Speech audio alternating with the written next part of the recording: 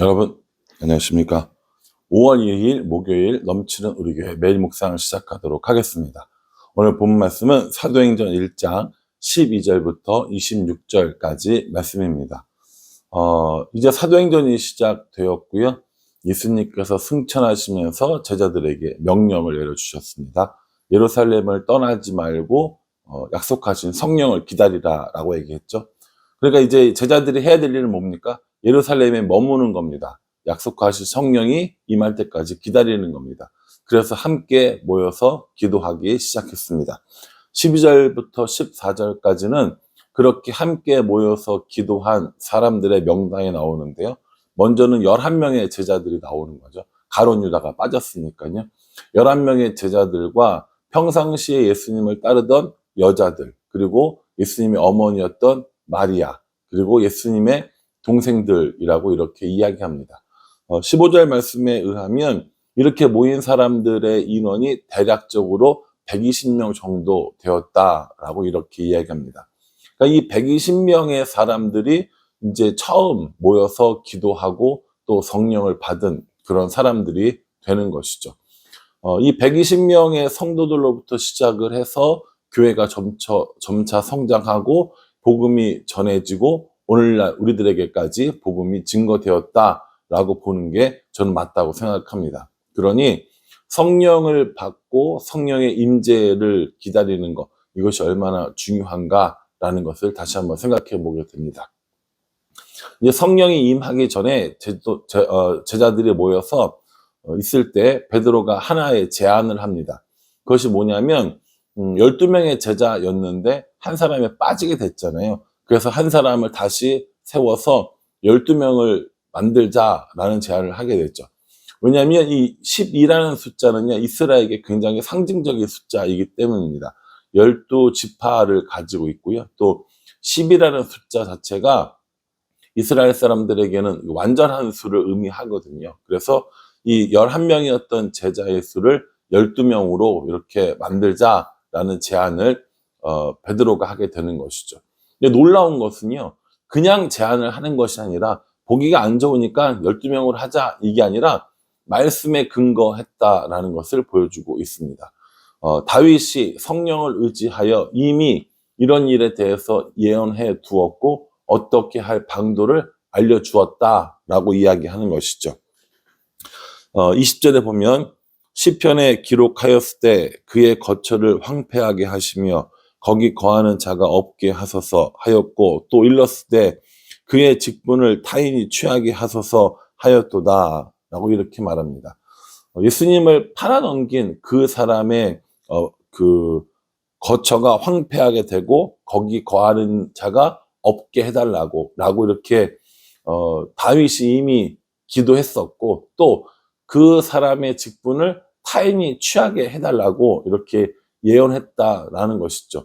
그래서 이 말씀을 근거로 해서 제자의 수를 12명으로 만들자라고 이야기를 하는 겁니다. 저는 이 말씀 보면서 교회에서 어떤 일을 하더라도 말씀에 근거하는 일을 하면 좋겠다라는 생각을 해 보았습니다.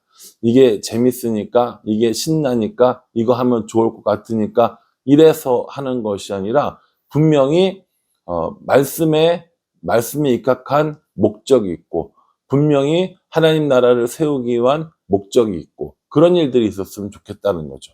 교회에서 하는 여러 가지 프로그램들, 또 교회에서 하는 여러 가지 공부나 이런 모든 것들이 이렇게 진행되었으면 좋겠다라는 생각을 해 보았습니다.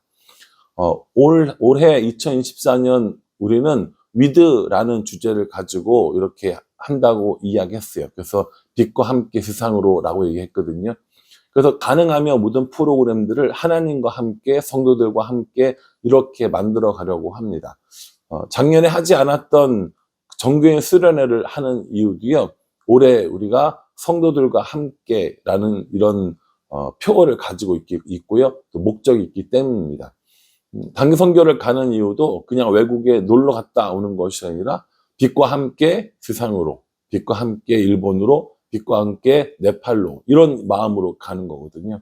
그러니 교회에서 그냥 무작정 재밌을 것 같으니까, 좋을 것 같으니까 하는 프로그램이 아니라 분명한 목적, 그리고 그 목적이 말씀에 입각한 목적이 되기를 기도해 주시고 또 그렇게 잘 살펴봐 주시는 여러분들이 됐으면 좋겠고요. 또 우리가 되었으면 좋겠습니다. 12명의 제자를 세우는 일은 이미 말씀 안에 기록되어져 있는 것이었고, 이제 그 뽑는 방법이 이제 나와야 되는데, 그 뽑는 방법은 제비뽑기였습니다. 아마 그 중에 많은 사람들이 있었을 거예요. 그런데 거기서 다 제비 뽑을 수 없으니까 일정한 자격을 부여하는 것을 볼 수 있습니다.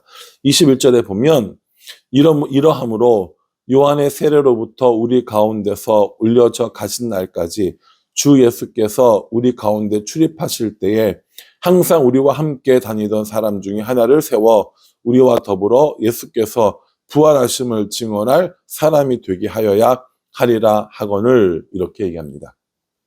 그러니까 자격이 뭐냐면 세례 요한의 세례로부터 시작해서, 다시 말해서 예수님이 사역하셨을 때부터 예수님이 승천하셨을 때까지 그들과 함께, 또 예수님과 함께 다니던 사람들 중에서라고 이렇게 이야기합니다. 그러니까 이 제자를 뽑을 때도 분명한 자격 조건을 준 것을 볼 수 있거든요.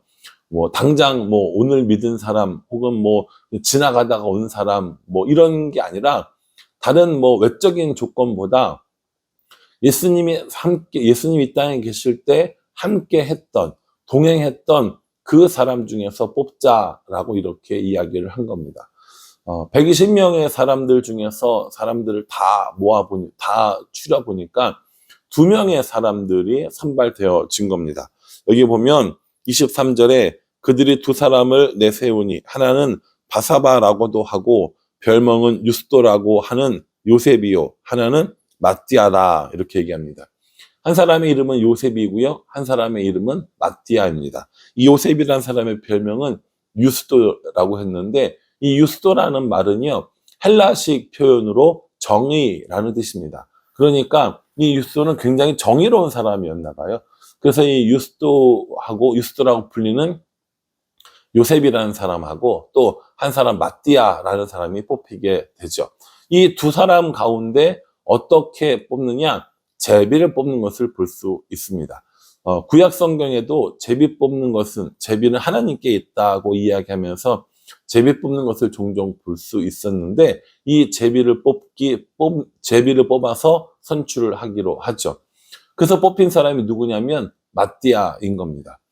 사실은 이 11명의 제자 가운데서 다시 한 사람이 추가되어서 12명이 된다라는 건 참 놀라운 영광의 자리 아닙니까? 물론 영광을 얻고 힘을 얻기 위해서 뽑히고 또 세운 것은 아니지만, 어쨌든 12제자에 들어간다는 건 참 영광스러운 자리인데, 우리의 생각과는 달리 이게 영광스러운 자리가 아닌 거예요. 왜냐하면 12명의 제자 중에서 사도 요한을 제외하고는 모든 사람들은 다 이런 순교의 잔을 마시게 되거든요.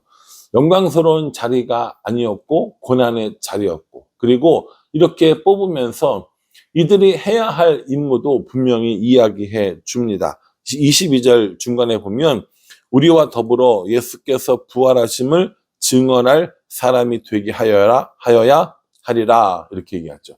그러니까 누굴 뽑은 거예요? 예수님께서 부활하심을 증거할 사람을 뽑았다라는 겁니다. 여러분, 이 예수님께서 부활하심을 증언하는 일이 오늘 우리에게는 별로 큰일이 아닐 수 있지만, 이 당시 사람들에게는 목숨을 내놓아야 하는 일이었습니다. 모든 것을 다 걸어야 하는 일이었다는 거죠. 그만큼 예수님이 부활했다라는 사실을 사람들이 믿지 않았고, 또 그렇게 증거하면 핍박받고 목숨을 잃게 될 거라는 것을 생각할 수 있었다는 것이죠. 그럼에도 불구하고 마띠아는 뽑혀서 이제 예수님의 부활을 증거하는 사람이 되었고, 그 말대로 이 마지막에는 결국 박해받고 핍박받고 죽게 되는 이런 일들을 당하게 된 것입니다. 오늘 이 말씀을 생각하면서 우리는 사람들을 어떻게 뽑는가라는 걸 생각을 해보았고, 우리는 사람들을 왜 뽑는가라는 것을 생각해 보았습니다.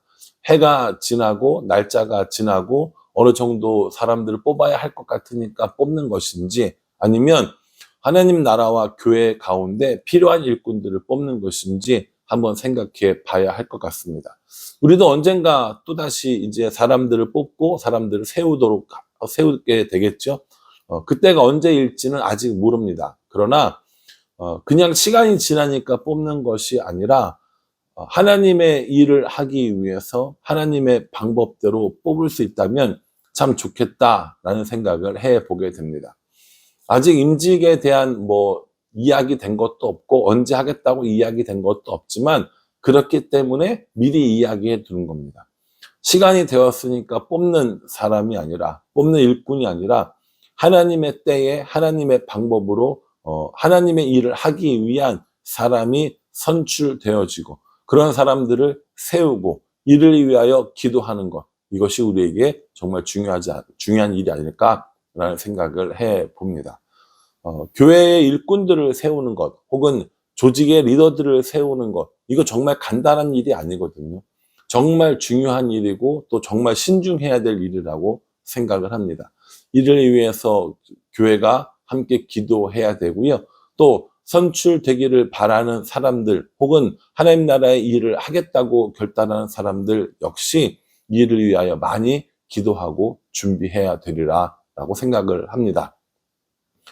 우리 교회도 또 나름대로의 이렇게 선출하는 방법들이 있는데 이것이 좋다 나쁘다 이런 문제가 아니라 옳고 그르다 이런 문제가 아니라 성도들이 함께 생각을 하고 성도들이 함께 기도를 하고 추진한 일이기 때문에 또 이 일에 또 어떤 문제점이 발견된다면 함께 마음을 모아서 또 다시 좋은 방법을 찾으면 될 거라고 생각을 합니다. 오늘 11제자에서 12제자로 뽑는 일에 말씀이 근거가 되었고 또 자격 조건이 분명했고 또 그 사람이 해야 될 임무가 분명했다라는 것을 보면서 우리도 교회 일꾼을 세우고 혹은 조직의 리더를 세우고 혹은 이러저러한 이유들로 사람들을 세울 때 어떻게 해야 하는지 다시 한번 생각해 보게 되었습니다. 이렇게 마띠아가 뽑혀서 12제자가 완성이 되었고 이제 이들이 다시 기도하기 시작하면서 이제 내일 본문에 성령이 임하고 또 그 이후에 교회가 확장되는 모습을 이제 살펴볼 겁니다. 사도행전 1장을 통해서 이제 모든 것들이 다 준비되었고요. 이제 2장에 성령님께서 임하시는 장면을 내일 한번 살펴보도록 하겠습니다.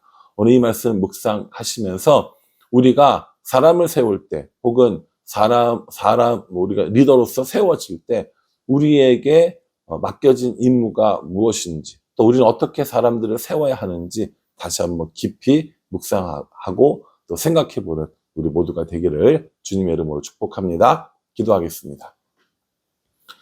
하나님, 마띠아가 세워졌습니다. 적당한 때에 적당한 사람을 세운 것이 아니라 하나님의 때에 말씀에 근거하여 이제 하나님의 방법으로 사람들을 세우는 것을 볼 수 있습니다. 우리도 그렇게 하나님의 방법으로 하나님의 때에 하나님의 사람들을 세울 수 있도록 도와주시고 하나님 나라를 위하여 쓰임받는 일꾼들로 준비되어질 수 있도록 하나님께서 도와주시옵소서.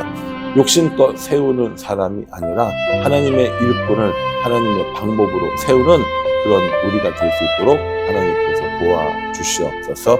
예수님의 이름으로 기도합니다. 아멘.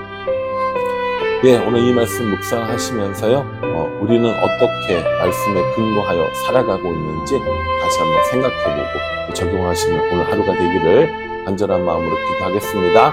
감사합니다.